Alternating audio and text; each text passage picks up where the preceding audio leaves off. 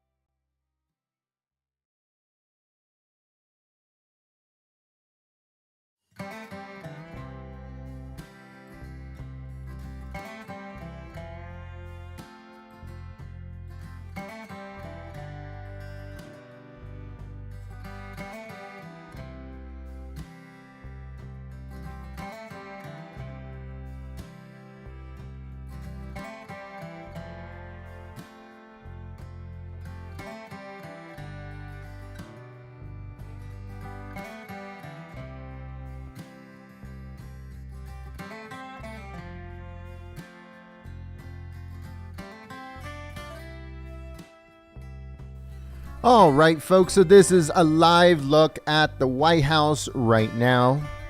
As we await the White House press briefing, right now the Pentagon is doing its press briefing. It's live now on the channel. So if you guys want to check that out before this one begins, or if you guys want to check this one out as I report some of the news, it's up to you guys. Thank you so much for choosing Golden State Times as your stream of choice.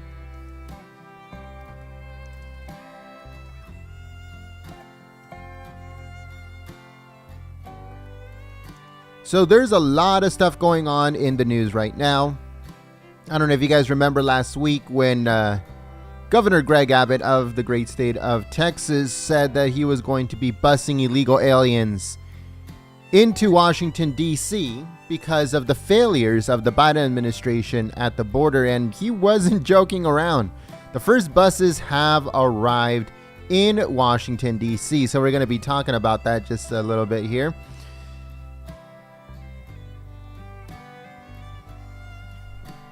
So Biden thought that he was messing around, but he was not.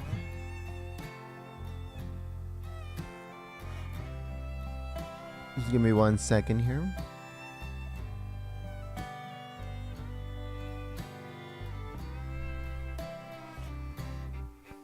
All right. So it looks also that the subway shooter, Frank James, that's the name of the suspect, 62, has been arrested when New Yorkers spotted him just walking around Manhattan. Like if nothing happened, you know, he just shot 10 people the day before, but he was just walking around. What an animal. No, I'm sorry. I don't want to insult animals that way. Filth is all I can say. And he was just walking around. He has been arrested. He's the suspect of the shooting that happened at the subway heading towards Manhattan yesterday. He shot 10. Thank God that he did not kill anybody, but he has shot and wounded 10 people. Wounded 16, but shot 10 people. So he has been arrested. He was caught just walking around in Manhattan. All right, so back to what we were talking about in the first place. So it says the first buses from Texas dropped illegal aliens in D.C. as White House goes to war with Greg Abbott over the border.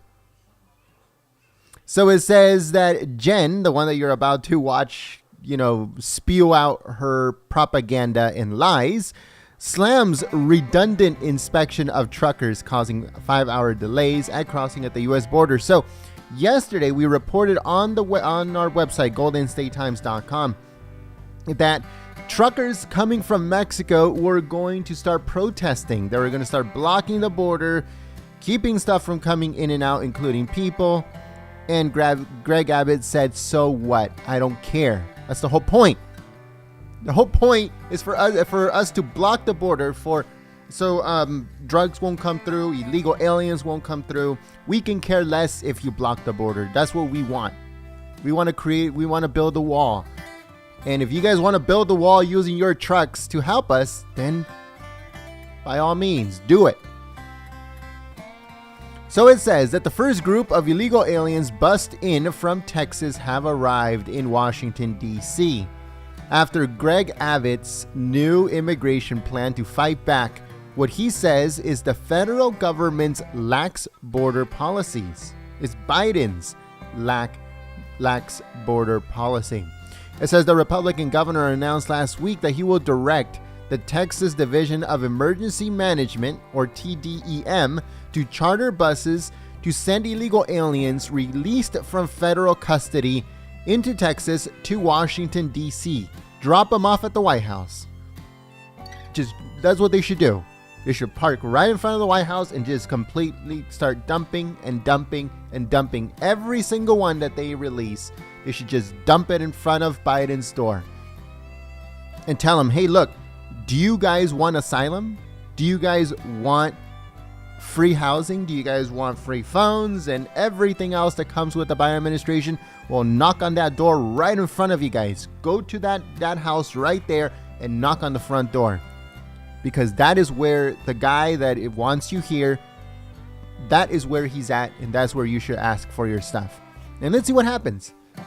Let's see if they're so careful and lax about, not arresting them or not grabbing them or whatever.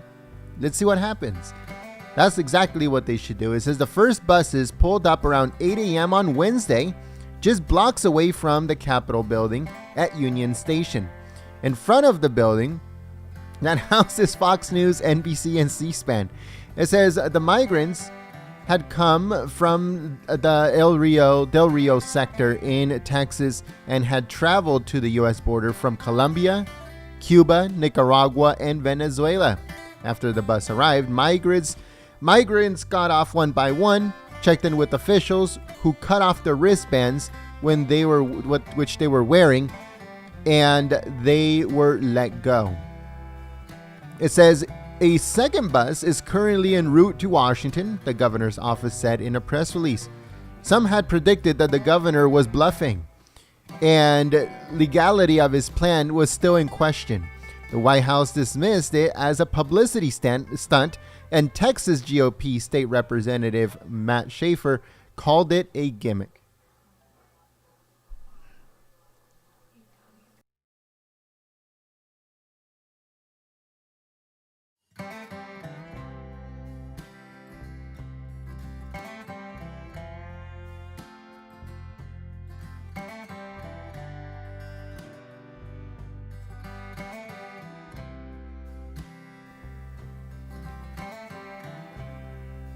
All right, so the second bus is en route. Sorry about that. The second bus is currently en route to Washington, D.C., according to the governor's office.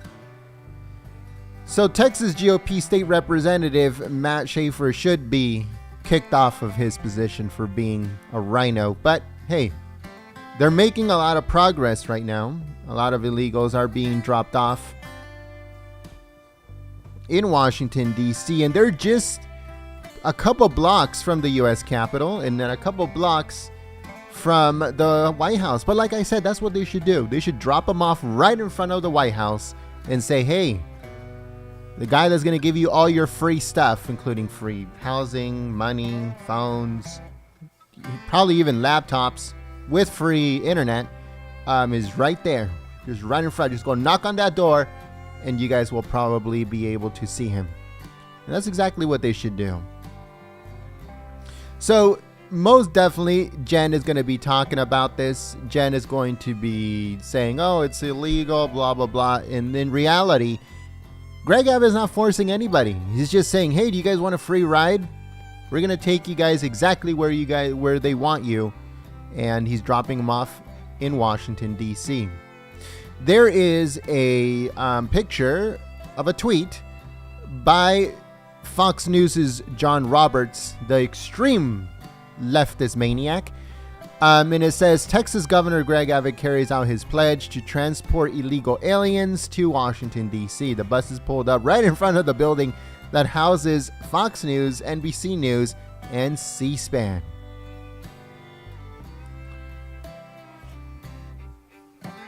That is pretty crazy stuff, folks. And this guy is not messing around. Also, Greg Abbott, as you guys probably know, he's also building a wall. Building the wall. He's finishing areas in Texas where there is no wall. What he's doing is putting containers in front of it. And other areas, he's building a makeshift fence and putting certain parts of the wall. He's putting more officers and Border Patrol to help stop the flow of illegal aliens coming through. So, regarding all the 18-wheelers coming in from Mexico, they're saying that instead of going through Texas, they're going to go around and go into the United States through New Mexico. So New Mexico should do the exact same thing as Texas is doing. But you guys, New Mexico, it's a pretty much, we don't know if New Mexico is going to do it because there's a lot of leftists running New Mexico right now. So who knows if they're going to follow suit with Texas. Here, give me 1 second. Sorry, I sound a little bit distracted, but I'm trying to figure out if the White House is going to allow us to turn on the cameras yet or not yet. Hold on, give me 1 second.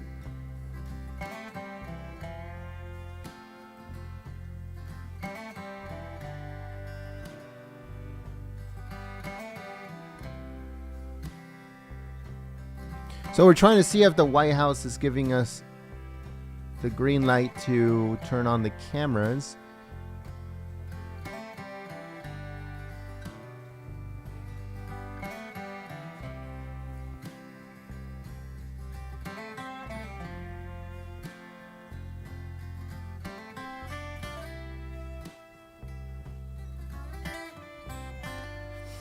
All right, so I don't think... We have to wait a little bit longer, I believe. Hold on. Yeah, so we have to wait a little bit longer. Okay, so give me 1 second here. We were just trying to see if the White House was letting us turn on the cameras, but I guess we have to wait just a little bit longer. Sorry about that.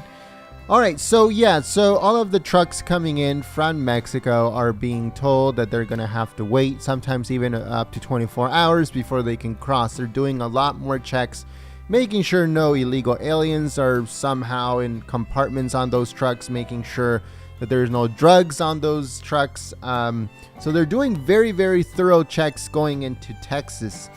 And a lot of these truckers coming from Mexico are very angry, and they said that they're going to protest, they're going to block the border, and that's exactly what Texas wants. So they're actually helping him instead of thinking that they're going to protest in any way to make sure that the process becomes faster. Those people are stupid, but hey, they can try, right?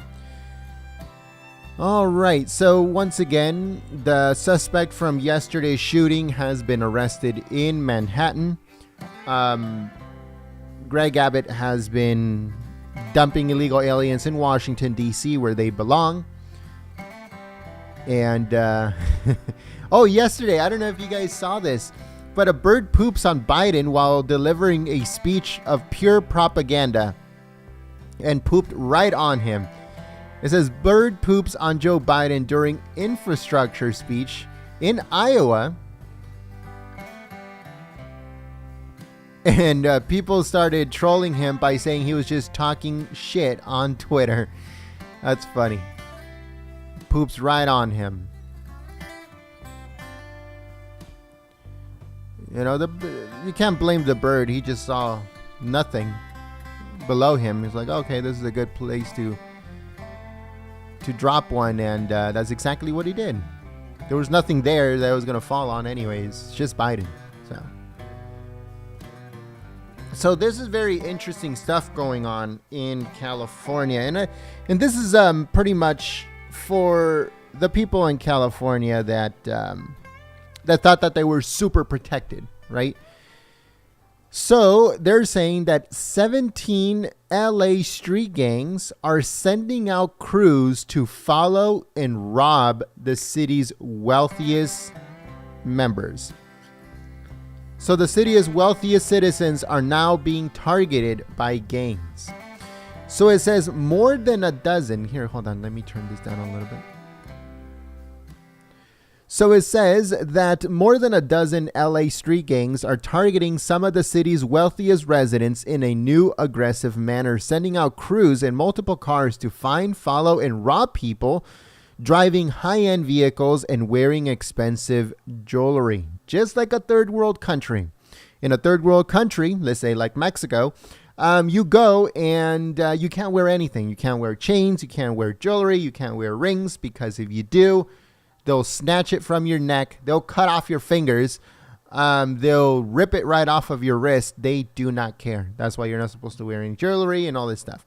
That's the reason why I don't travel to third world countries like Mexico or anywhere else. I like to stay here in the loving US of A. But now, not even in California, we're safe. So that's what's going on. California's turning into a third world country. I just heard the other day, too, that cops were having shootouts with cartel members in Southern California. That is crazy. And it's all happening in the state of California. It says in many cases, they're taking off with designer handbags, diamond-studded watches, and other items worth tens of thousands of dollars or more, and then selling them off in the black market to buyers who are willing to turn a blind eye to the underlying violence. And because, you know, these people, they want to buy a $5,000 bag for $100, they can care less where it's coming from. That's the problem. It says that there are among the conclusions of LA Police Department Task Force convened at the end of the year to identify and cause the sudden surge in follow home and follow off robberies. Well, the reason why these things are happening is because of the type of people running the state.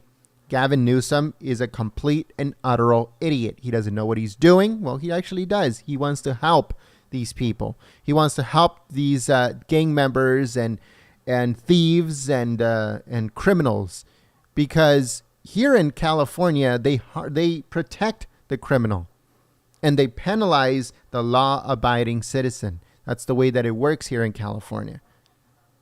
A criminal can come into my house and rob me blind, but if I shoot him, I go to jail. That's how it works here in California. It's complete insanity. Give me 1 second.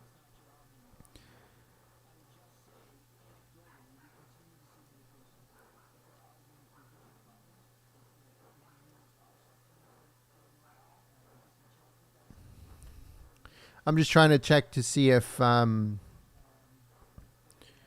Okay, so it looks like we have footage from inside of the White House. And I think the hot mic is also on. So give me 1 second here.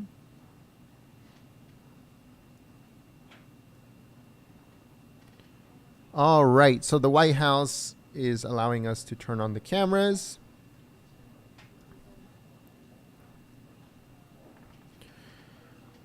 All right. So it looks like the State Department is also going to have their press briefing again at the exact same time as everything else. But here is the White House press briefing. Please make sure to click the thumbs up button and also share this video on social media. The White House press briefing should start very soon. The hot mic is on, so I'm going to turn off my microphone so you guys can listen in to what they're saying on the hot mic.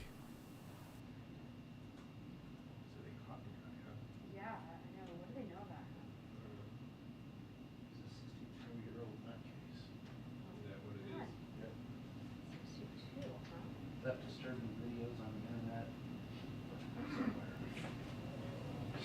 His sister says he's been a problem for years. A name like Frank James, I just started looking for Jesse.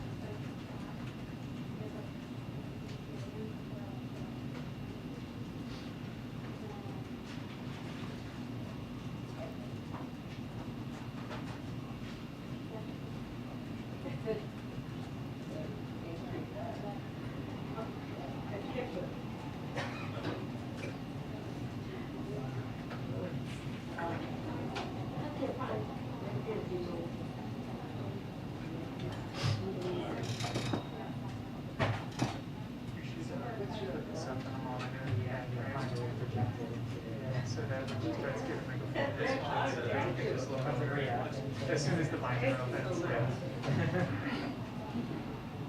Actually, this is not mine. This pen, somebody was.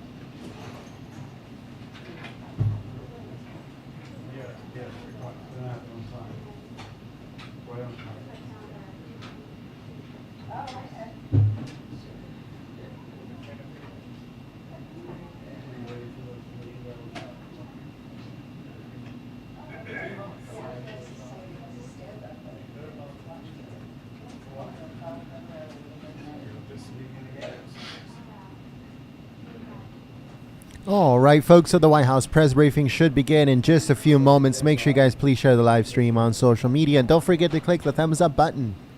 The White House press briefing, the State Department press briefing, and the Pentagon press briefing are all going on at the exact same time. So if you guys are interested in watching this one or the other two, then make sure you guys check them out. It's all on our channel right now, live here at Golden State Times. Want to keep you informed on everything that is going on.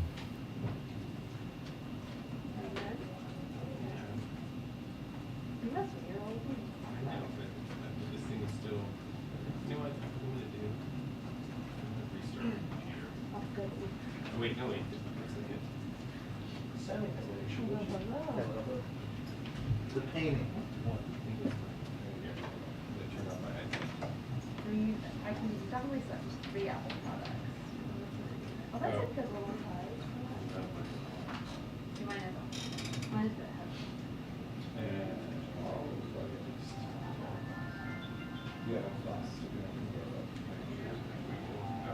Did you use the pen at all? I do. I love it. I love it. I mean, not all the time because I like don't take like Yeah. it's not like I take notes or whatever. Yeah. Tell you what, Whenever I'm filling out PDFs, Oh, yeah. like that's really helpful to just be able to like on the screen. Yeah. you know, this briefing. And it really gets It does. Yeah, like that. I'm always afraid of company. No? Yeah. Is yours the one that goes It up sort of on top? sticks up Yeah. there. Yeah. Yeah. They send me things and I joined this one, but I didn't join this. Right. So I thought so you've been there.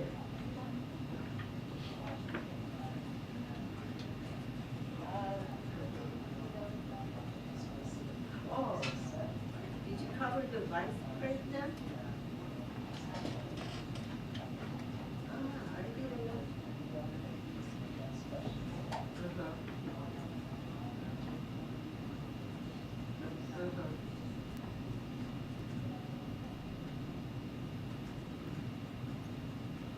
Oh, I didn't know that you were.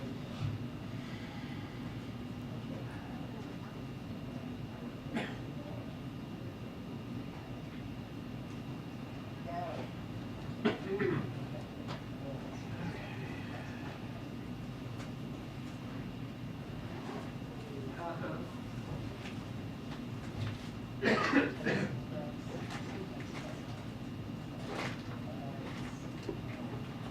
You know what? I was in state.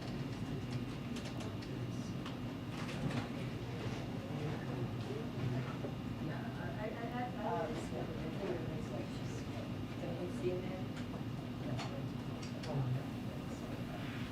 All right, folks. So once again, the White House press briefing should begin very soon. Yeah, you can read it by the article. I will then put it in the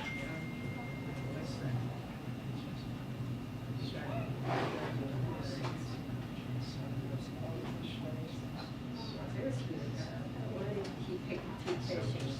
I asked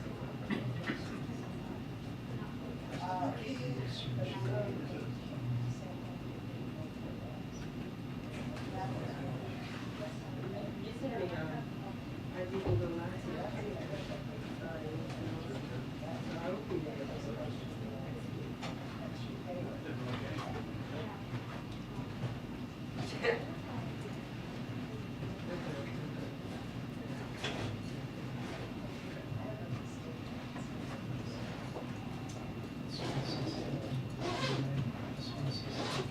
Yeah. There is a lot of exercise.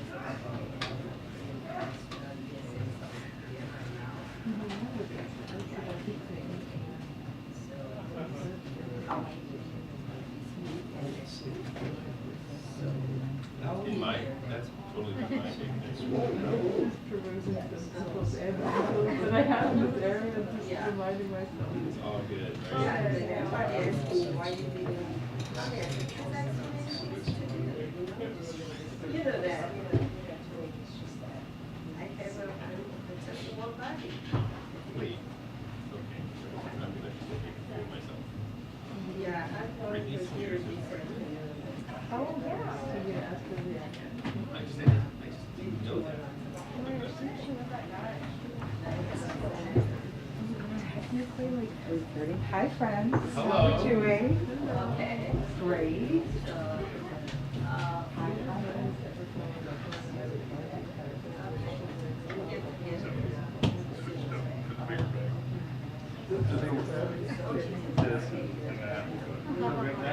When we go, No, right now. when we go back after the conference. too busy is no Do good. that. No. Good. Oh, it's We're going in there. Oh, I don't know. I don't think it was like.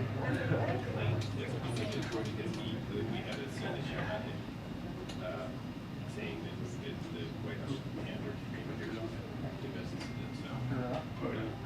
Yeah. Maybe trying to turn it off, But right? it's not. I was just trying to figure out. What are you gonna? I mean, Yeah, I have my camera on. So if you want to have it on. Friends will start soon. Okay. I will grab you in a second. Great. Thank you, thank you, but thank is you. it?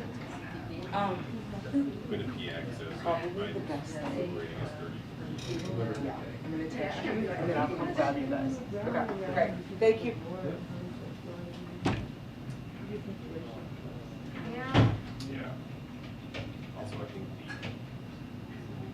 they would only rally around full of like G7 leaders. 99% of person. Central Ocean does. Is he losing that? He's not losing, but he's not winning by. He won 30. So she's Yeah, she's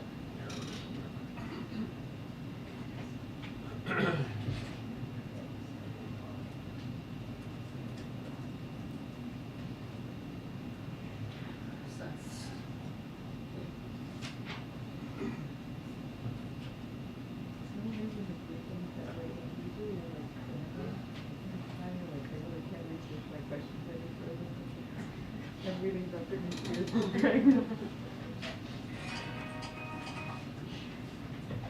Shut up.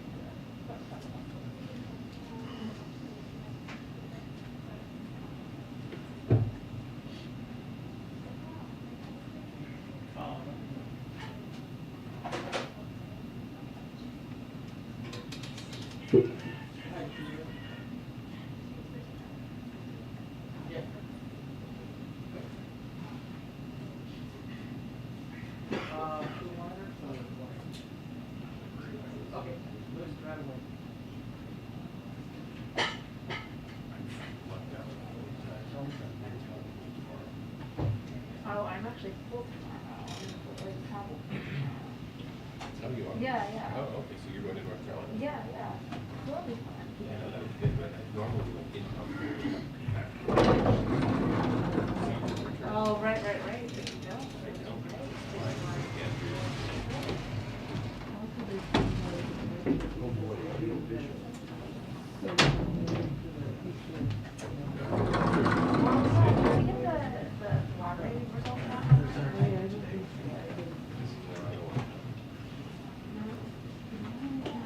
Well, they don't have kids also, but like, I think a lot of like, Maybe we're gonna have some people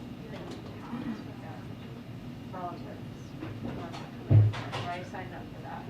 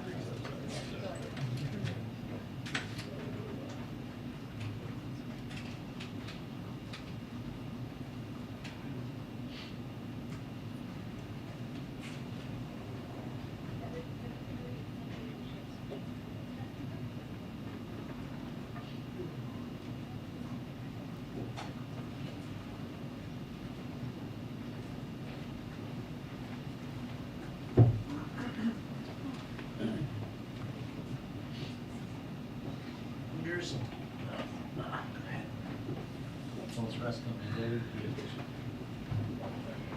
How are you guys? Good, how are you? All right.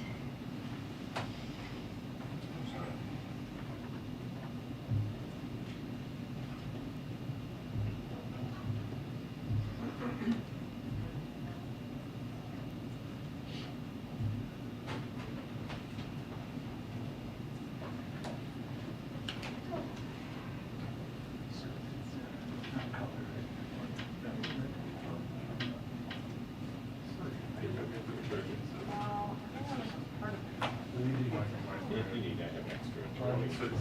Do you have the right to that's for Paris, I can sign up for Apple. You should never be. Last time? Oh, yeah. Well, FYI, keep an eye on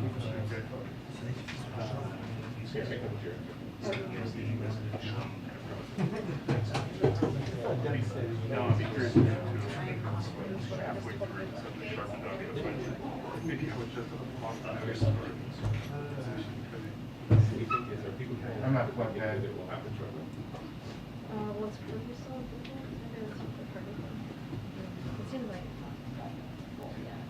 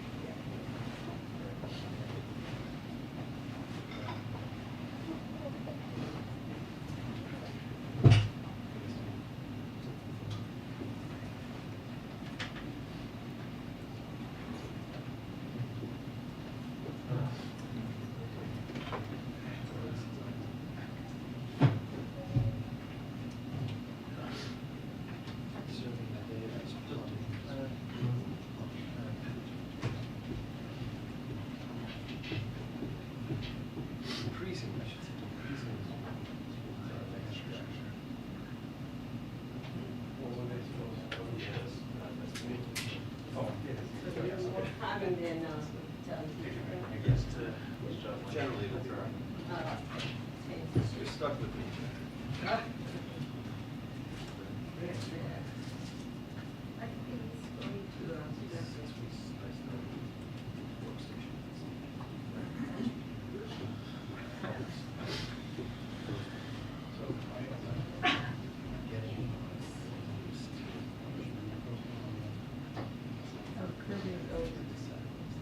Is he?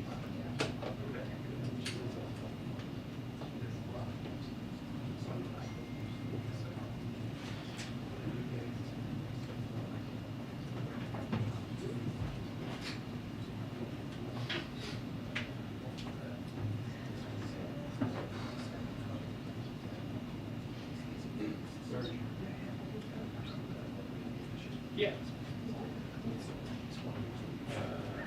I mean, you know, there's so many.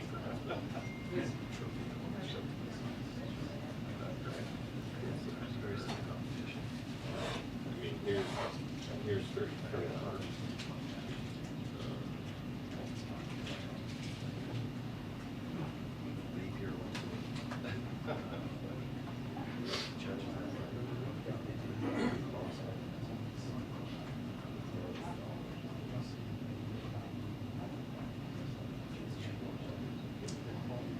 Yeah, 34, man.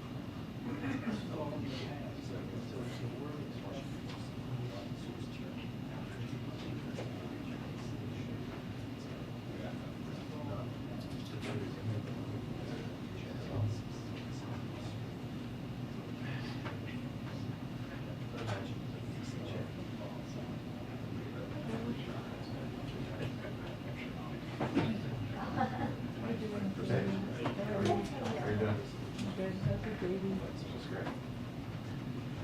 How about yours? Sleep is always a challenge.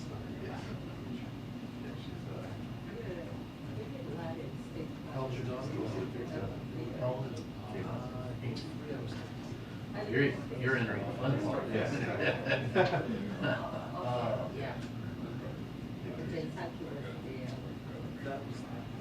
It's nice, they kind of like download their programs and they look cool. And then they figure out what to do with the hands and legs and you're done. Exactly. And once they start walking, it's I'm enjoying that period when she's still not really moving around.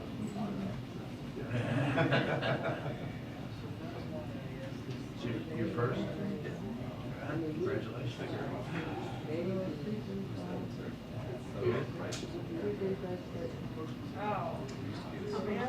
Best job I ever had as a parent. Yeah, it was much fun. Yeah. Where did that? Even the bad parts, it's all fun. I didn't get that. No, it's just on the pool chain.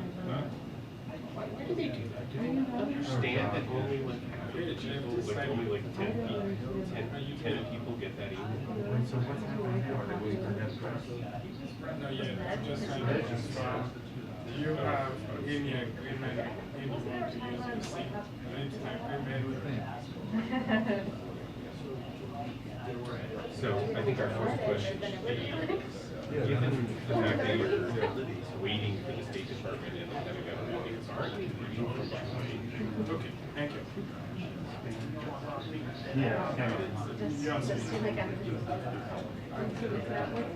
No, not yet, I just want to confirm that. Thank you. Yeah, I'm always here. You just need your parcel posted, she's ready to be picked up. We've moved on from the, extending my insurance on my car. We extended it.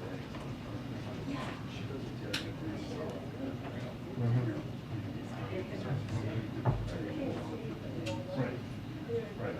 Just send your social security number. Several credit cards. The first one didn't work. Every time when she picked up that thing, he said, I focus is something different. Yeah.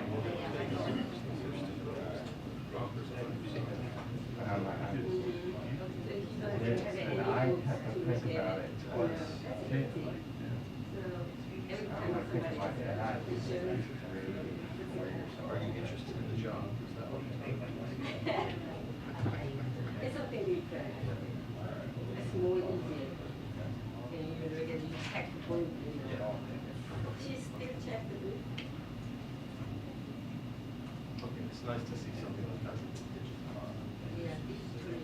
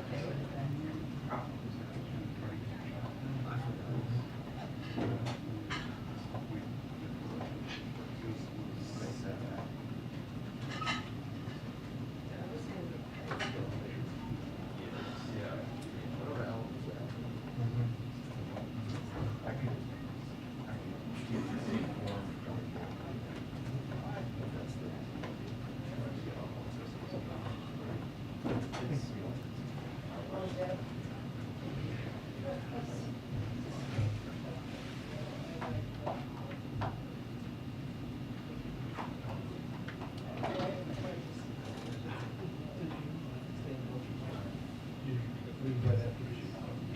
next morning. You guys get I mean, we walked around, we walked around the city. I remember. It's nice to get a.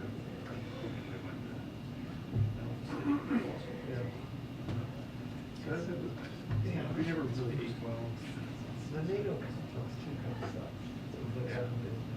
Yeah. Totally. Once you get it, you're out. They're cafeteria.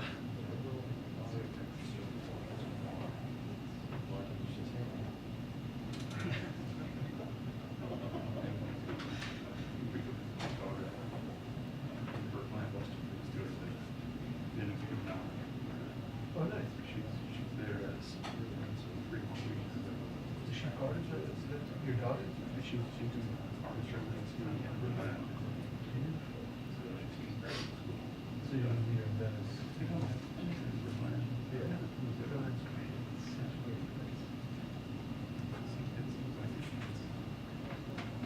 And then you go to Venice. What is that? It's ongoing, but I would be there.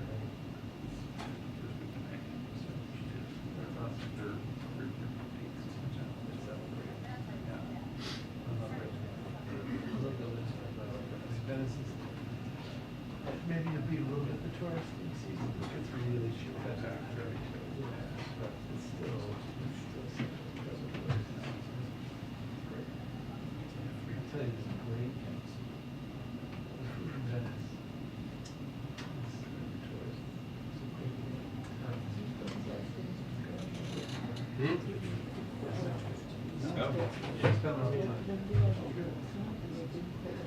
I think that's still, that's a good one. Still Italian. Yeah.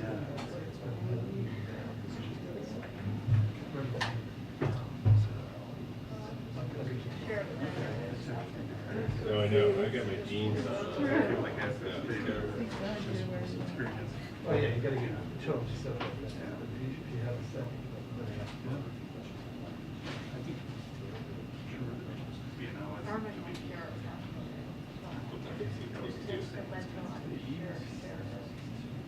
Yeah, so I imagine. right, I think it's out, it's like another, like, yeah, but what we live in homes, it's like.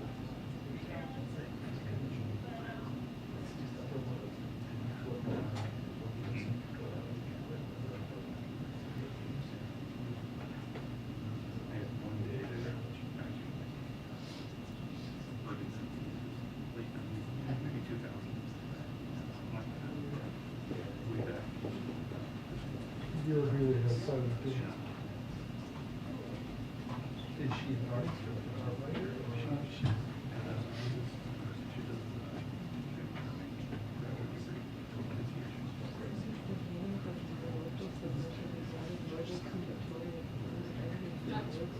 She she's still over here.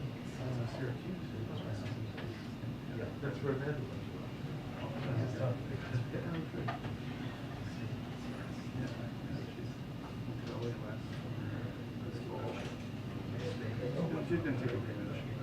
Okay, we're good. What's your face?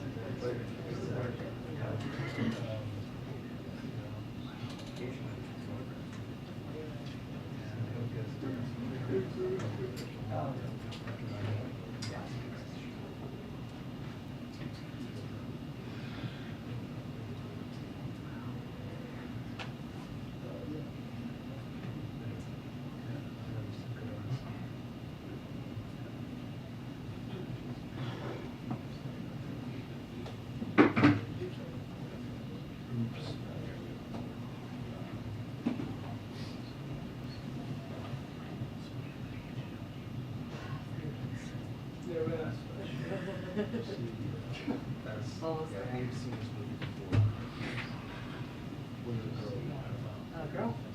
First kid. So it's very serious.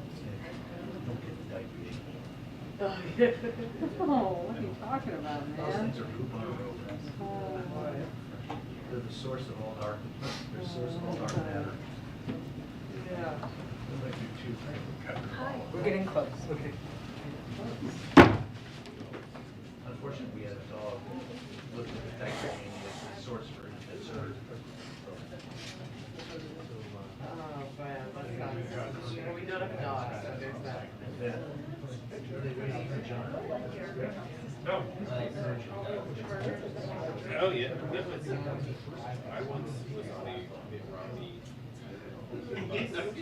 campaign, and we got to who it was and the internet went, but I had a router with me because one does, and I set up a hotspot in the entire press corps. We don't have, like, basically, it's not like, I have the hotspot.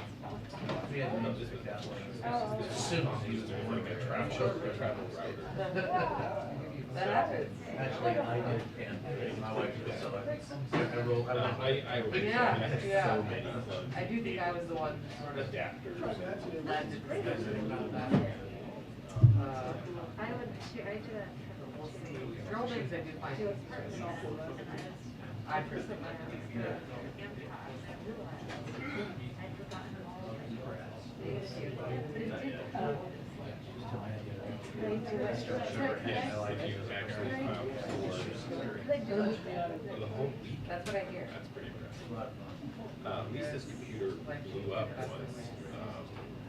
Like the whole computer was like, She just byproducts, so she get by almost so I had to give you computer. like on the hotel. You get them right out, makes a big kid of you.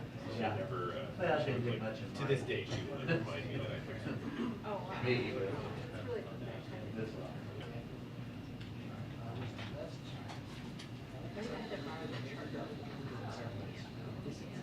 You know the truth about this house. I mean, it doesn't work so well anymore. They would always have like, if you look at the charger, you just go to the front desk and they usually have like basically a question box of all the chargers that people have in their room. Oh, And that's it's smart. usually like a mix of all different kinds of chargers and you just pick the one you want. Yeah, that's how I do it. I use charge things during the time.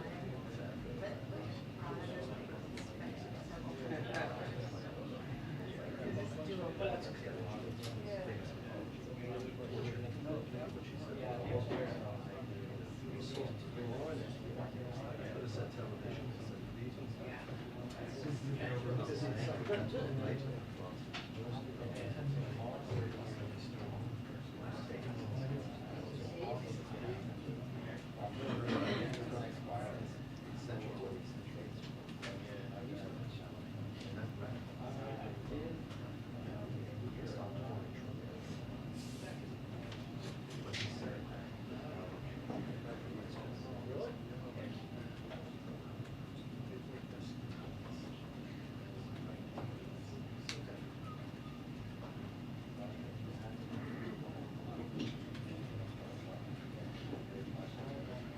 See, you guys, you're not here all the time, you get to see the sexy underbelly of covering the White House.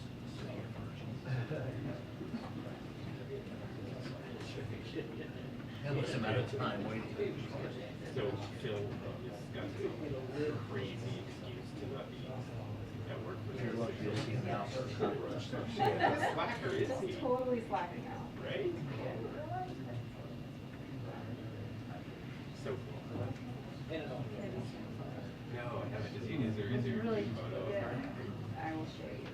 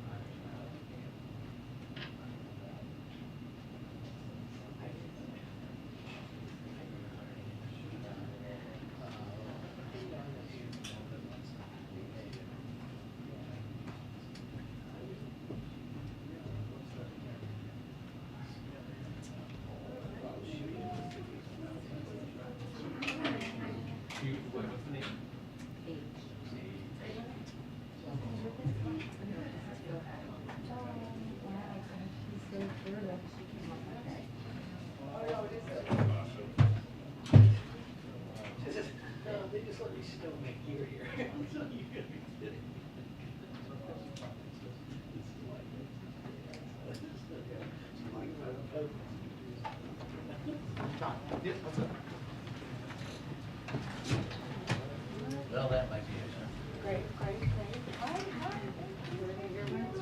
HBO, they're shooting here. No, it's a documentary on. All right, folks. So we're still waiting for Jen. I don't know if you guys caught anything juicy on the hot mic, but it looks like they're heading over because Biden. 2-minute warning to press. Oh, here we go. 2-minute 2-minute warning. Thank you. 2-minute warning, folks. 2-minute warning. Here we go. Please share the live stream on social media. Don't forget to click the thumbs up button. It looks like Fox News has a different reporter in the White House today. It's not the useless lady and it's not Peter Doocy. It looks like it's a different person today. So it could be from Fox Radio, but I'm not 100% sure. But we'll see if she has any good questions for Jen, as Greg Abbott is already busing illegal aliens into Washington, D.C., coming from Texas. The federal government and Biden believes that they can just dump illegal aliens in Texas and get away with it. Well, guess what? They're rounding them up, they're putting them in buses, and they're dropping them off in Washington, D.C. So let's see what happens. Let's see what Jen has to say about this. They believe that it's illegal, but it's not, because they're not forcing anybody onto buses. They're just telling them, hey, you want a free ride to go see Biden? So you can ask them for your free housing and internet and cell phone and everything else. Well, guess what? Come with us. We'll take you to go see him. How are you? Good. Like that color. Alrighty, so Jen should be coming out any second now.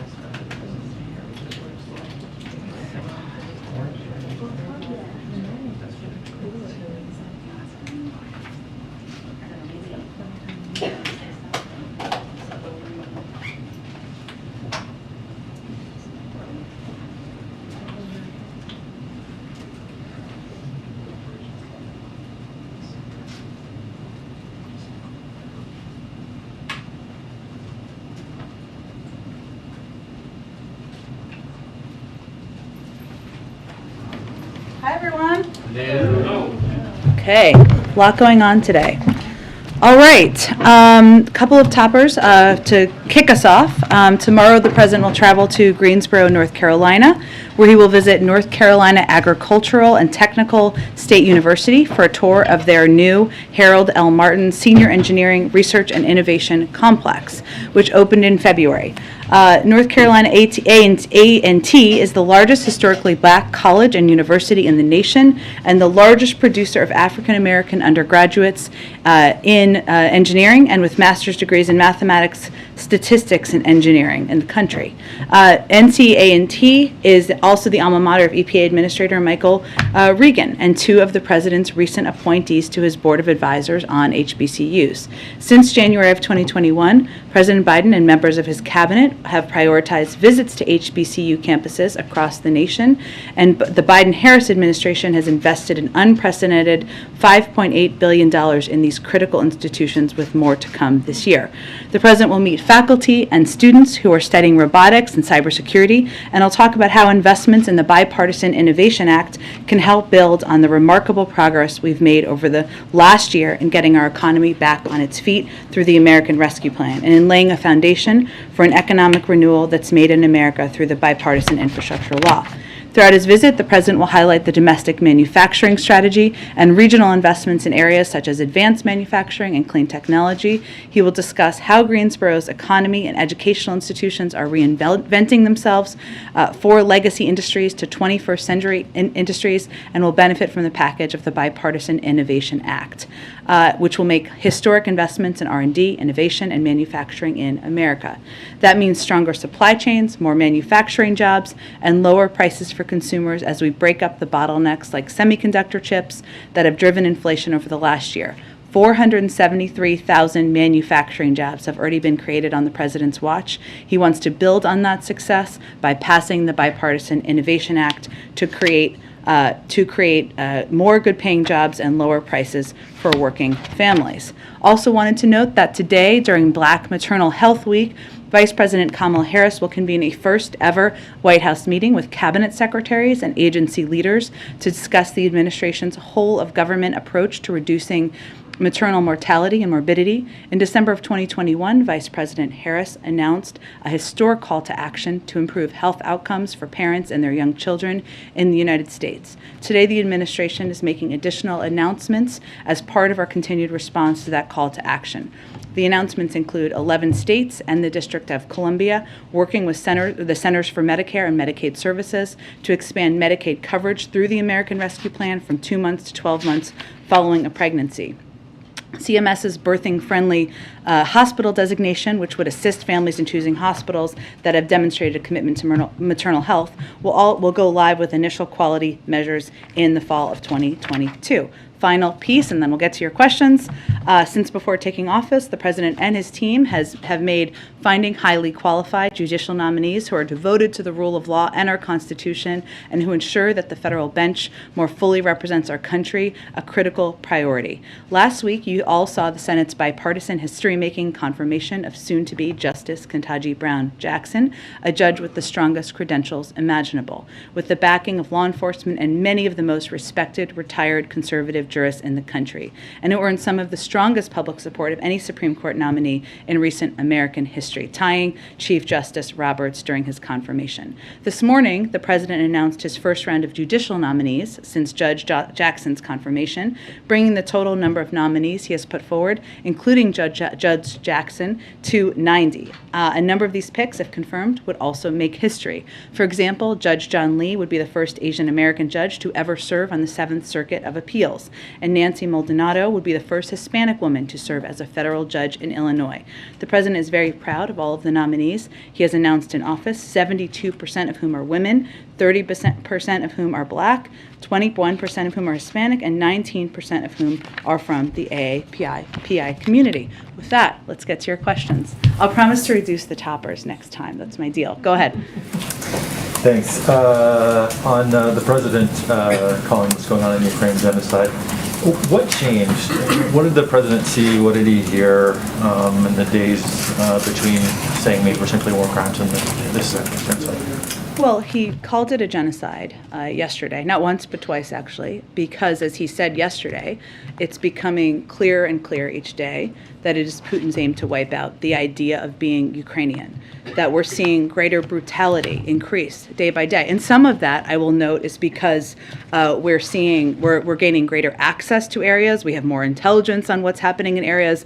Leaders are speaking out more about it. And frankly, there's also reporting about what is happening on the ground. But to give you some specifics, I would note that, of course, what we saw in Bucha was not an anomaly as Ukrainian forces searched towns that Russian forces previously occupied as they're pulling back and moving to the east. The mayor and the city council of Mariupol are reporting high numbers of civilian casualties.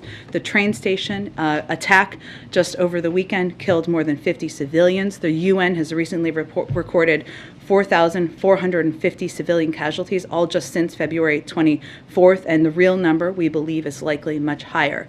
The OSCE's Moscow Mechanism report today found clear patterns of international humanitarian law violations by Russian forces by targeting hospitals, schools, residential buildings, and other locations where civilians are sheltering. And we've also seen, I think, from the beginning of this, Kremlin rhetoric and Russian media deny the national identity of the Ukrainian people, and the Kremlin has launched a full-scale assault on the sovereignty of the Ukrainian state and its people.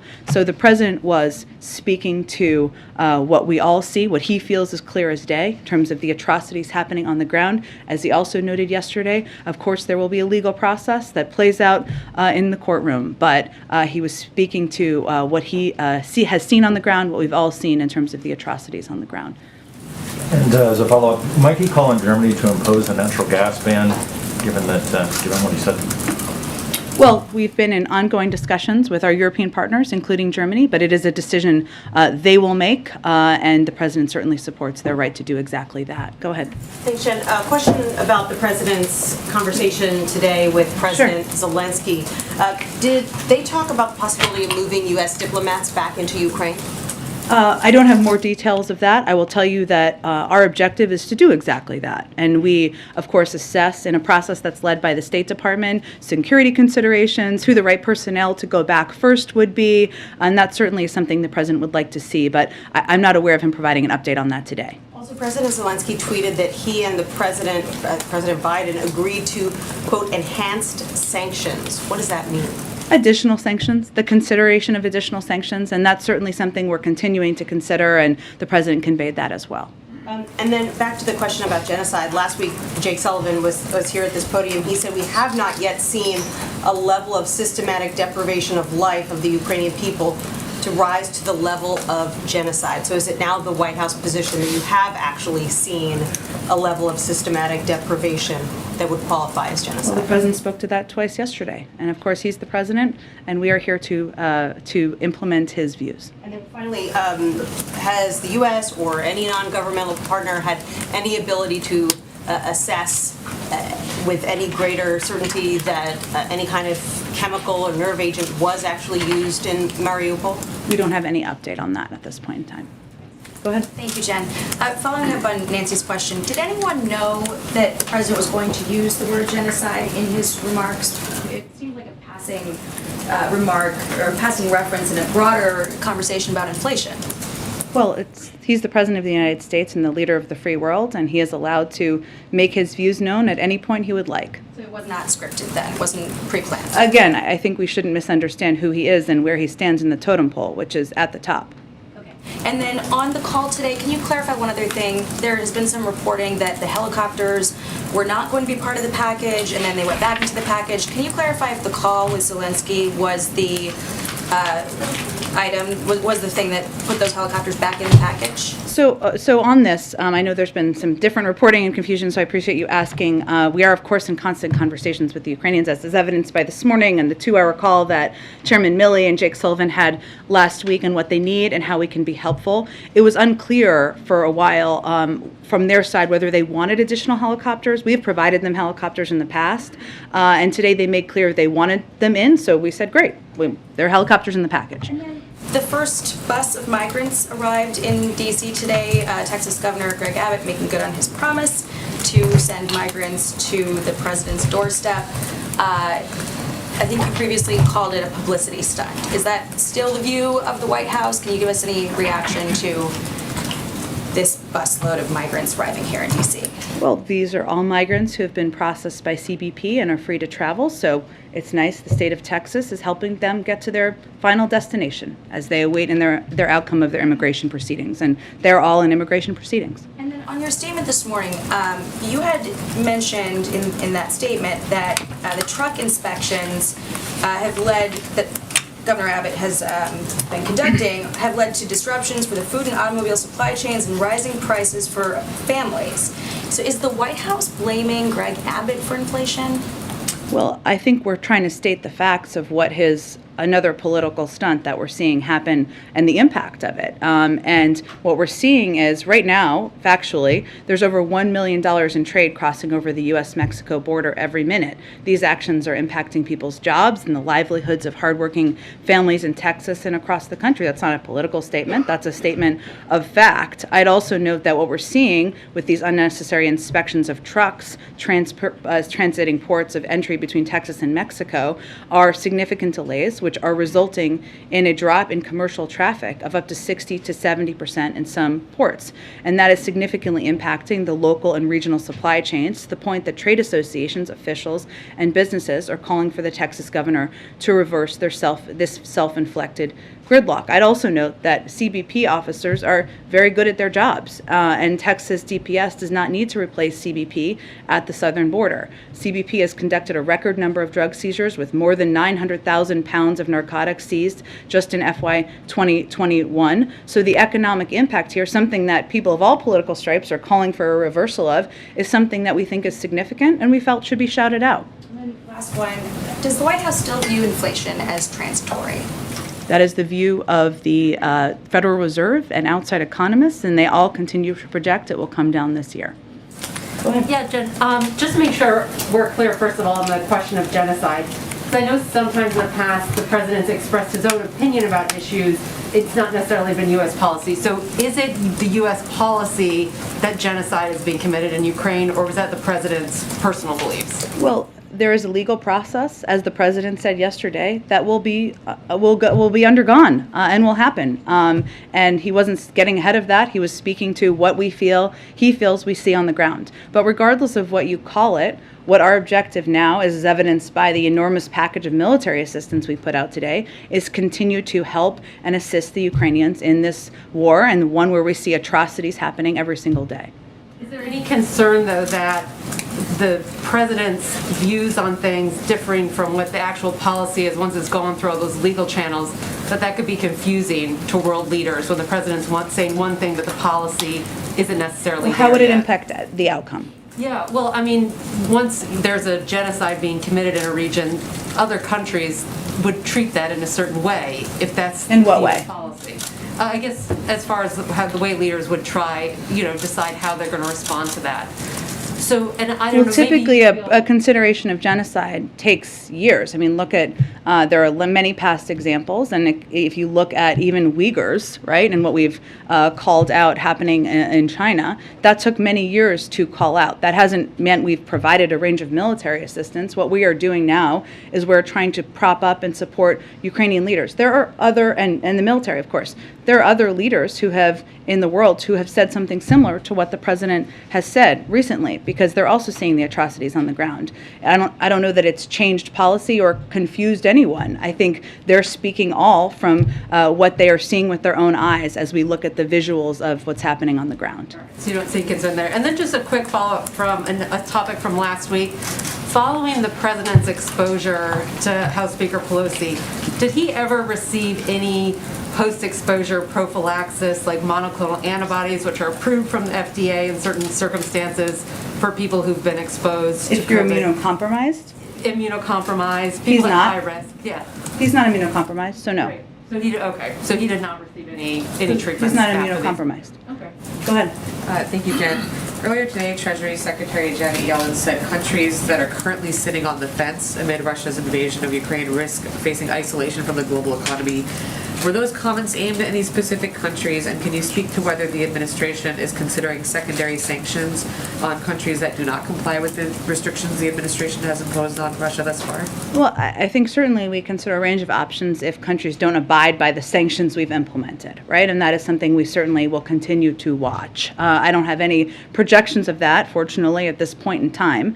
I think she was speaking to what we've said from here a number of times, which is that in this moment where you have a dictator brutally invading another country, targeting civilians, you have to contemplate what side of history you want to be on. And that is true for any country around the world. And then a follow-up on COVID. Is the administration concerned that COVID data is not picking up many cases that are confirmed by home tests, especially amid this uptick caused by the BA2 variant? And will there be a public education campaign to push people to report their positive results? Well, we do certainly encourage people in many ways to share test results and contact their doctor.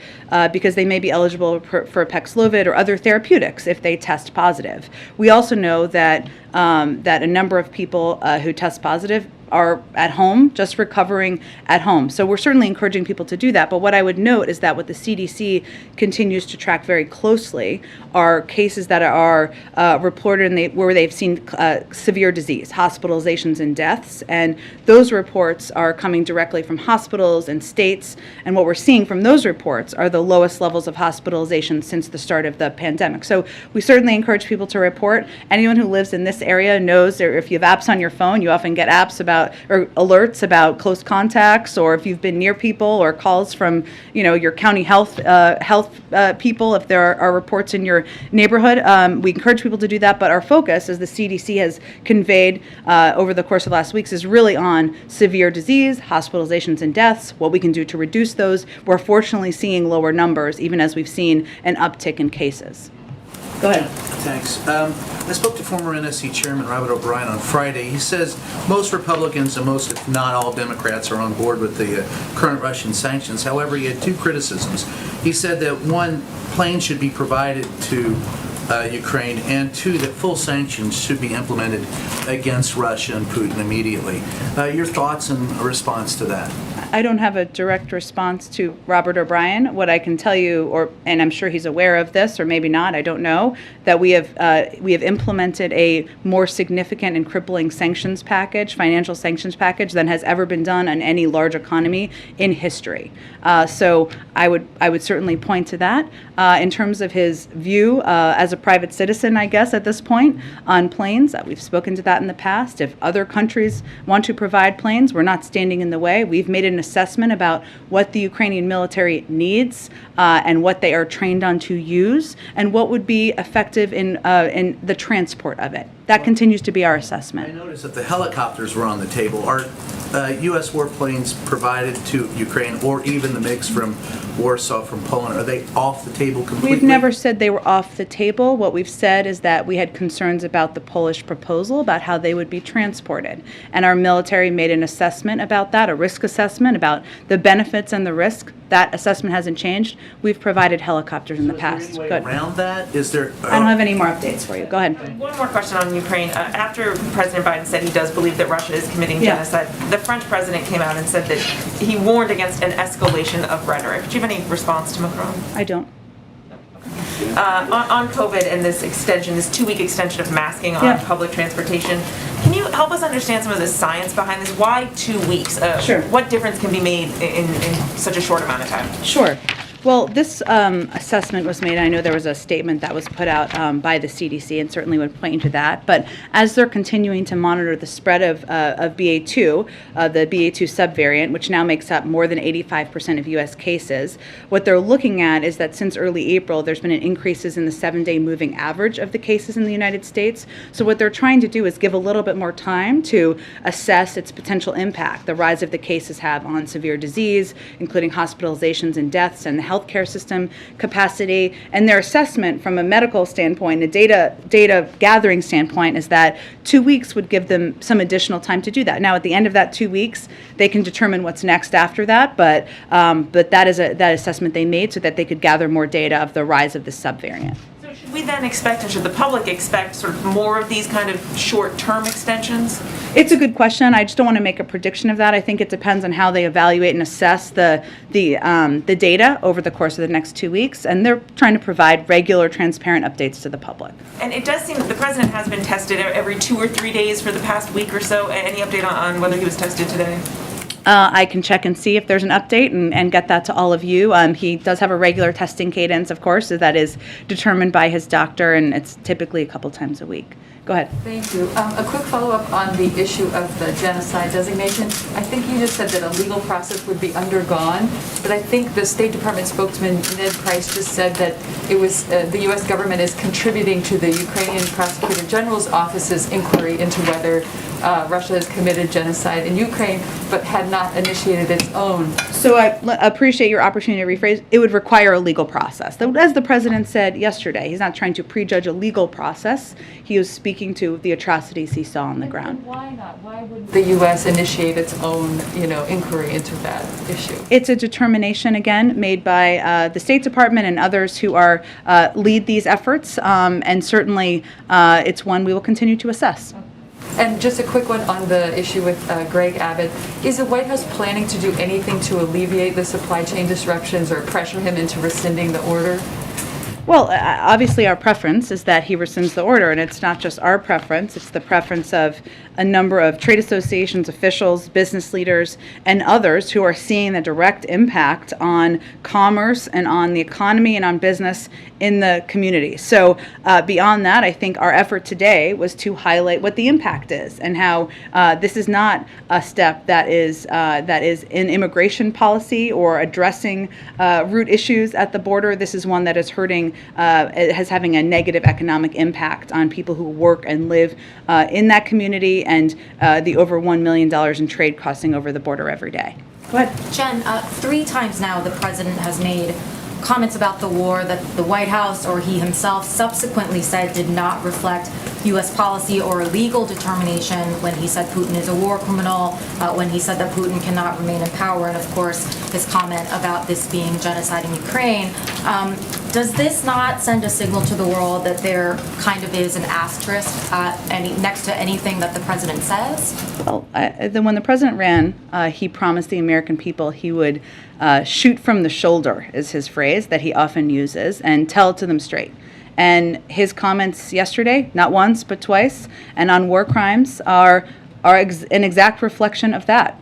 I don't think anybody is confused about the atrocities of what we're seeing on the ground, the horrors of what we're seeing in the ground, and different leaders around the world describe it in different ways. But what is unquestionable is what we're seeing is horrific: the targeting of civilians, of hospitals, of even kids, the president was calling it like he sees it, and that's what he does. If I could ask it this way, do you think that there is any danger to global leaders, including Vladimir Putin, to Olaf Scholz, if they can't be sure when they hear words coming out of the president's mouth, whether he is stating a personal opinion versus making a statement about U.S. policy? Do you have an example of somebody who's confused?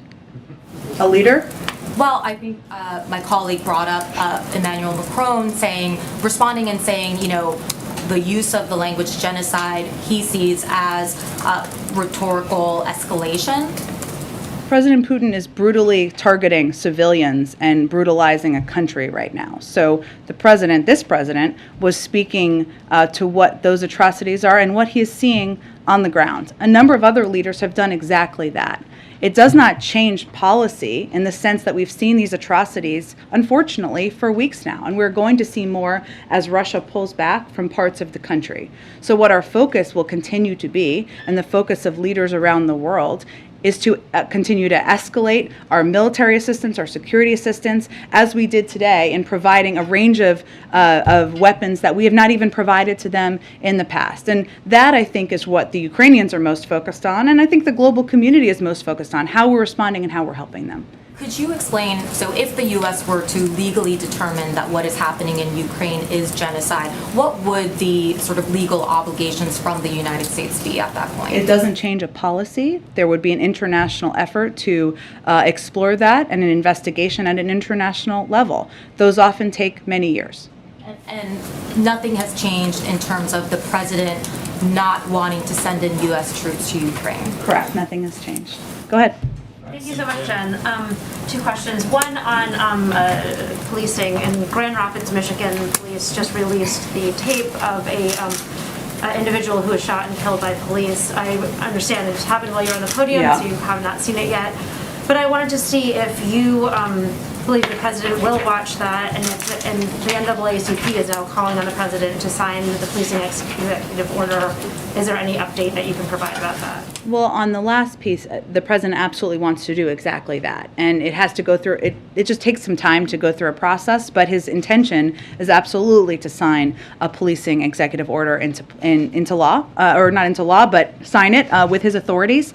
I would note that what we have tried to do from this administration, even while while there was a stall in bipartisan action in the Senate is to take actions we can with the authorities we have, like the Department of Justice banning chokeholds, or other steps they've taken with the authority they have to address it at the federal level.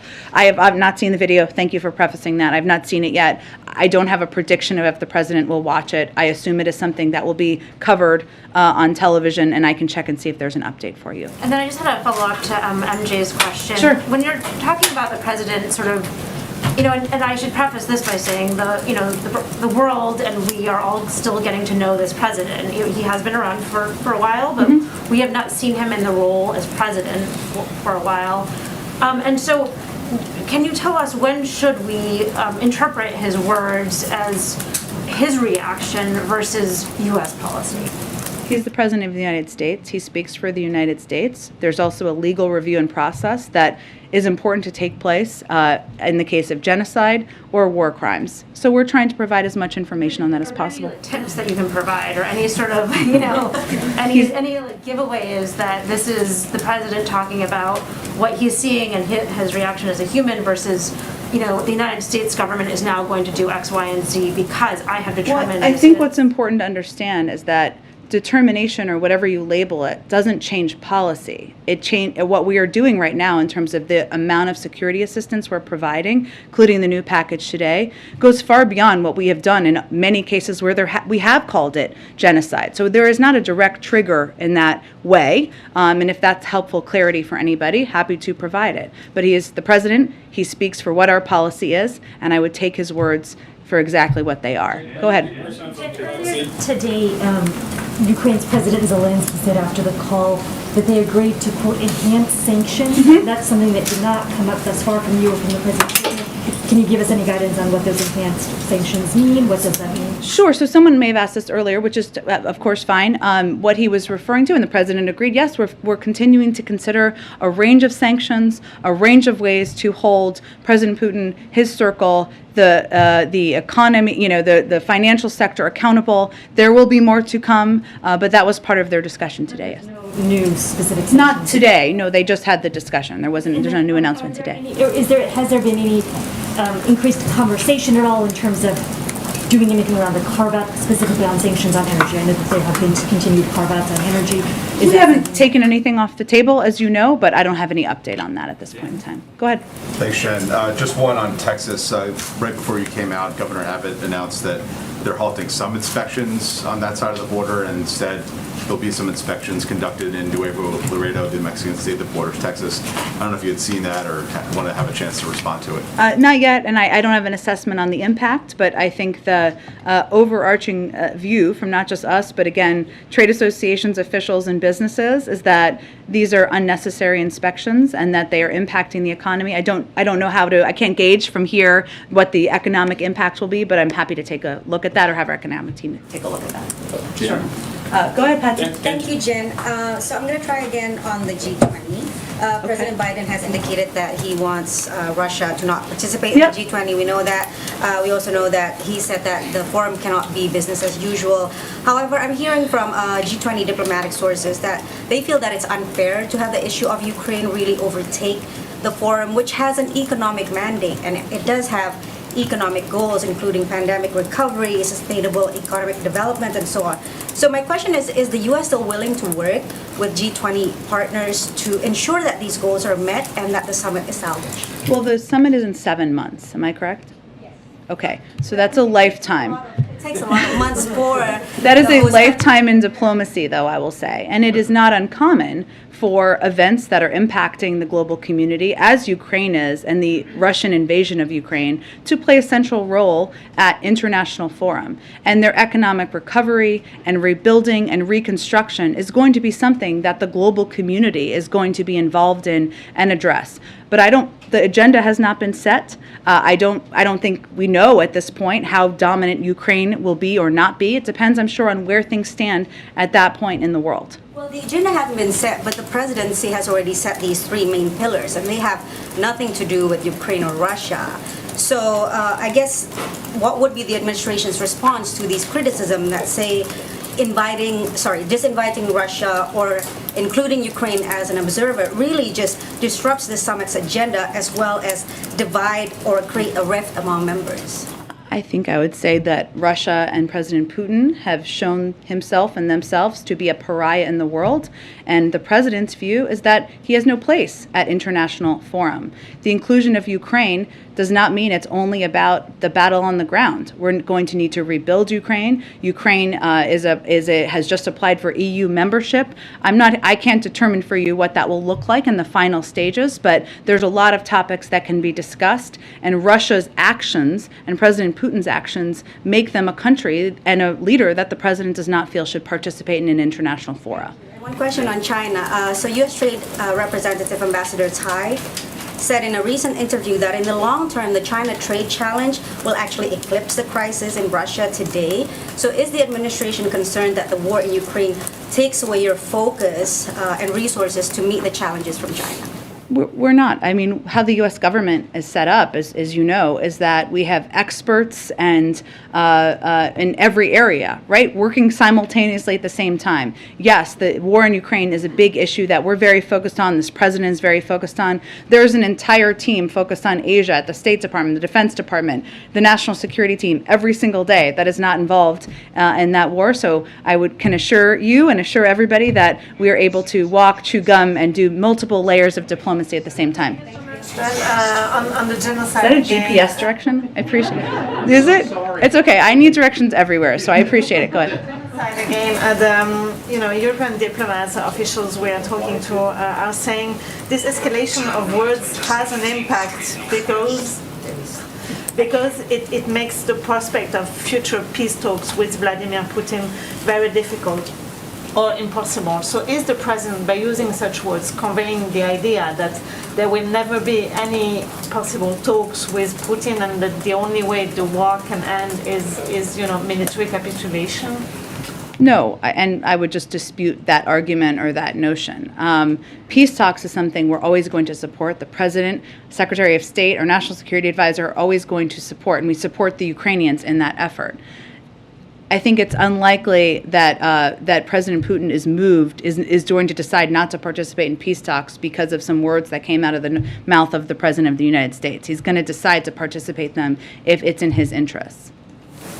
The producer price index on inflation came out at the highest level that they've had in the history of recording these events. This is the price that companies are paying for the materials that they need to make the stuff that they sell, right? So with the last 2 days, the inflation reports, does the White House believe that inflation has now peaked and we're coming back down, or because of these reports, do you think we're going to see even worse numbers in the future? We'll let the Federal Reserve make projections about that. They have the purview over those projections. What I will say is that when we talked about this over the last couple of days as it relates to the CPI data, Consumer Price Index, as opposed to Producer Price Index for others, and what we saw, while energy accounted for 70% of the monthly inflation in March on CPI data, accounted for a substantial portion of PPI inflation as well. And PPI measures things like the cost of wood, metal, plastics, kind of materials like that. So it's not a surprise to us that energy is having an impact, is a driver of these numbers. Obviously, what we're trying to do is mitigate the energy impact and take steps to do exactly that, release from the Strategic Petroleum Reserve and other actions working to get more supply out into the marketplace. But, again, projections of when we're hitting a height and where it will look, we will leave that to the Federal Reserve. So does the president then acknowledge any responsibility for the inflation that we're seeing now based on the decisions that he's made when he came into office? Well, I would say, as the president has talked about quite a bit, there are a range of factors, including the pandemic, the impact on the supply chains, and our effort. And what we've tried to do from the beginning is take steps to address the supply chains. And we've had a lot of success moving more equipment and goods through ports, et cetera. We've also seen, given energy is such a significant driver of this data, an increase in energy prices over the last month plus since the invasion of Ukraine. That's factual. That's based on data that we have seen out there. So our effort and our focus has been to try to address it and take mitigation measures when we can. But does he take responsibility for his decisions? Like some say the American Rescue Plan boosted demand when it didn't need to. Larry Summers was one of those. Well, the alternative would have been that we would have gone into a massive economic downward spiral, and many Americans would have not had enough food to put on the table. So we chose the other path. Go ahead. Thanks, Jen. Senator Schumer at a virtual event on student debt today said that he's talked personally to the president, quote, a whole bunch of times, and talking about canceling student debt. He said, "We're making progress, folks. We are making progress. The White House seems more open to it than ever before." Has the president had conversations with Senator Schumer, and is he, moving on this issue where he's more open to the idea of the president's always been happy to sign a bill into law passed by Congress that would cancel $10,000 in student debt. There hasn't been any decision made about other executive actions. Has he shifted at all his thinking? Is he, open to He's always been happy to sign a law into a bill into law that canceled student debt. That hasn't changed. Go ahead. Thank you, Jen. The whole world against the Russian aggression in Ukraine, other than the few countries. A few countries like Bangladesh. Bangladesh Prime Minister recently told at the parliament, though this parliament is not mandated by the people, she told that Russia stood by us and our bad time, and we are surely beside the country, beside the Russia, and she blamed USA not to help during the Liberation War in 1971. So what is your comment about this authoritarian Prime Minister's remarks at the Parliament? I don't have any specific response to the Prime Minister. I would just say that what we're doing is encouraging every country to think hard about what side they're going to be on history. Thanks, Jen. There was a new poll out today that showed the president's approval rating is still in the low 40s and that voters are still concerned about the economy. Is the White House seeing this as a sign that their message on the increased job numbers and all the infrastructure funding isn't getting through? I mean, the president has said he wants to see his accomplishments being sold. Is he satisfied that's being done, or is there talk of a pivot in messaging? Well, I would say we understand some realities happening right now, including the fact that there is a war happening in Europe, and that is dominating the airwaves, which we understand and fully expect. And so the president has actually done a number of events on the economy in recent days and weeks, and will continue to. But our view as well, the world needs to understand and see how he is leading on the war. The world also needs to see, or the country needs to see, I guess I should say, how he is continuing to lead on the economy. And I don't know that that's a shift or requiring a shift. It's just a recognition that being able to continue to speak to domestic audience about that is a huge priority, and his schedule tells the story of how much of a priority is. Hey, yeah, I wanted to ask about the migrants that arrived today from Texas. These are Venezuelan and Nicaraguan migrants who have applied for asylum in the U.S. Has the administration been in touch with these migrants or with the organizations that are assisting them, such as Catholic Charities? The migrants who have traveled on the bus from Texas, well, they're all in immigration proceedings, those who traveled on the bus, and so certainly that would mean they're in touch with the appropriate entities in the federal government about that process, but beyond that, I don't have any other updates. You have not been in touch with them to make sure that their rights are respected. Well, that certainly is of vital importance to us, and as we've stated many times from here, nobody can forcibly be put on a bus. They would have to voluntarily be put on the bus, and if there are concerns about that, we would expect they would contact appropriate authorities. And even if these migrants wanted to get out of Texas, do you find it troubling that the Texas governor used them as props to make a political point to the White House? Do you worry that this might reinforce the narrative that profiles undocumented people as criminals or bad people? Well, I called it the other day a publicity stunt by Governor Abbott, and made clear that immigration policy and law is overseen by the federal government, not state governments. So I think I spoke to that the other day pretty clearly. Go ahead. Thank you, Jen. Since you mentioned a team focused on Asia earlier, several Asia questions. Sure. There have been reports out of Japan that the US, UK, and Australia have informally asked Japan to become part of AUKUS in the areas of emerging and disruptive technologies. But yesterday, the Pentagon said they could not confirm this, and also the Japanese government itself has also now denied this news. But can you just put this potential JAUKUS or AUKUS plus J? JAUKUS, that's quite a name. I'm not sure about that. Yes, so I can. The reporting is inaccurate, or the original reporting, I should say, is inaccurate. As you noted, the Chief Cabinet Secretary of Japan has himself said it's not true, and our focus has been on finalizing a trilateral program of work on a range of advanced military capabilities that align our priorities, amplify our collective strengths, and accelerate the development and acquisition of leading-edge defense capabilities. But it is not a JAUKUS plan. And another Japan question, if I may. Yep. Yesterday, some Japanese media outlets reported that arrangements were underway for a Quad Summit on May 24th, just as President Biden had alluded on Monday, and that there were plans being made for a bilateral with Prime Minister Kishida the day before on May 23rd. Is there any part of President Biden's travel schedule that you can confirm yet, including a potential trip to South Korea before or after the Japan trip? Not quite yet. I will tell you that, of course, the president talked about how he looks forward to traveling to Tokyo in the spring, including for the Quad meeting, and hopefully we'll have more to detail for all of you soon. Go ahead. Thanks a lot, Jen. I just wanted to ask a few Ukraine questions, if I may. A clarification first. Your list of weaponry that you put up on the screen at the beginning of the briefing, you had 11 Mi-17 helicopters.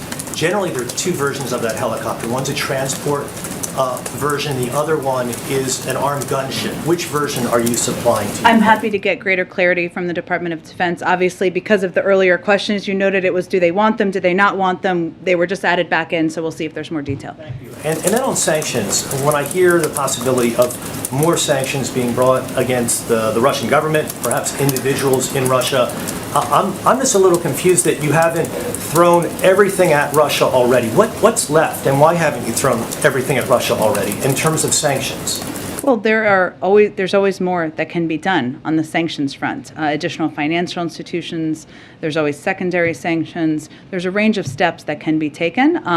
We have already done to date, as I noted a little bit earlier, the most significant and crippling sanctions package that has ever been done to a modern, like a big economy ever in history. So there's processes that you have to go through to consider, to evaluate the impact on the global economy, on our economy, whether steps and the assessment of that, and that's ongoing for additional options. Final one, on a no-fly zone, possibility of a no-fly zone being imposed by NATO.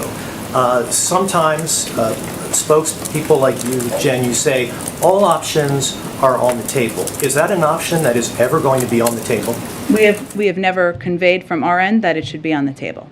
Thank you. Jen? Go ahead. Jen? Go ahead. Thank you, Jen. I would like to ask you about first of all, I know we've had a report that you may be leaving soon. How will you like to be remembered as White House Press Secretary?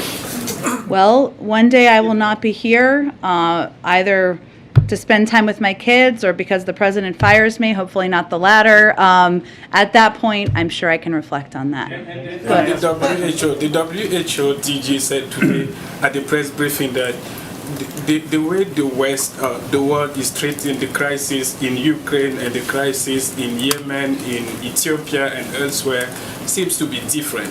Is he wrong? I don't know more context of... In terms of refugees, the way, like, I've asked you many times, why don't you grant TPS to refugees from... Sure. Okay, that's helpful clarity on your question.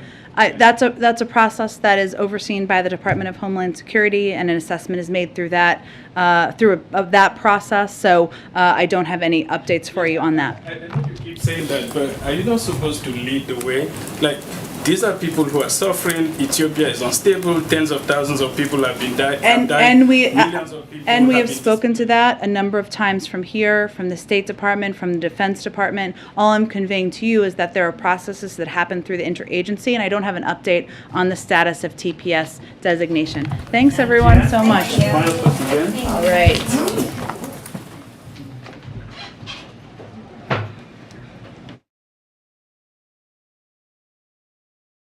All right, folks, thank you so much for joining us here at Golden State Times for the White House press briefing. Thank you so much for sharing the live stream, clicking the thumbs up button, all that good stuff. That helps us here at the channel. Once again, thank you so much for your help and your support. We hope that you guys join us later on for the evening news podcast where we cover all of the news of the day. It starts at 4 p.m. Pacific, 7 p.m. Eastern, so we hope that you guys join us for that. If you're new to the channel, we encourage you to subscribe and click that notification bell. We'll be updating a whole bunch of news articles on our website and here on YouTube in just a few moments, keeping you guys up to date on everything that is going on, including the CDC extending mask mandates on flights and stuff like that. But Biden pledging another $800 million in military aid to Ukraine, as you guys probably heard on the White House press briefing. Also, the gunman that opened fire yesterday in Manhattan, or on the subway on the way to Manhattan, has been arrested, and there's video of him being arrested on the street. He was just walking down the street like if nothing, another day, and he was arrested by the NYPD. According to Anonymous, which is a hacker group, they have hacked the satellites of Russia, spying on the U.S. and other countries. So let's see what happens with that. More on that and all the other news of the day is going to be on our website, goldenstatetimes.com. Again, that's www.goldenstatetimes.com and here on YouTube. Thank you so much, folks, and we'll see you on the next one. God bless, and I'll see you at the